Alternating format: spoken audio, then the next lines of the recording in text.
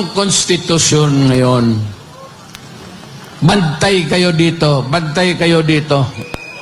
It would have a long and lasting, miserable life for you.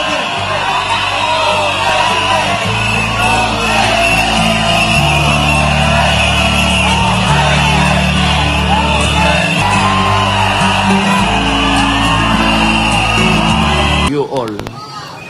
Ito yung konstitusyon natin.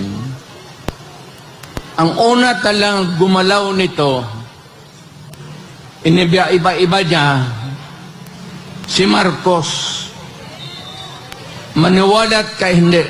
After a few decades, ang pangalawang taong gustong kumalkal ng konstitusyon natin, putang ina, Marcos rin.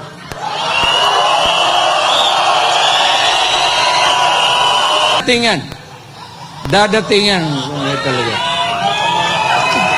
Wala. Pagdalang itong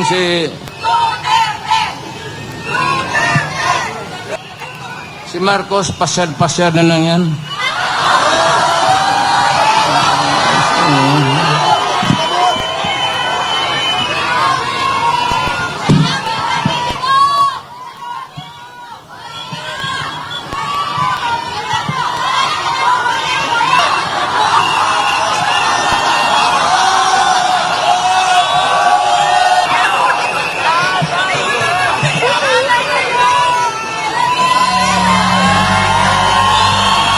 Mahal ko kayong lahat.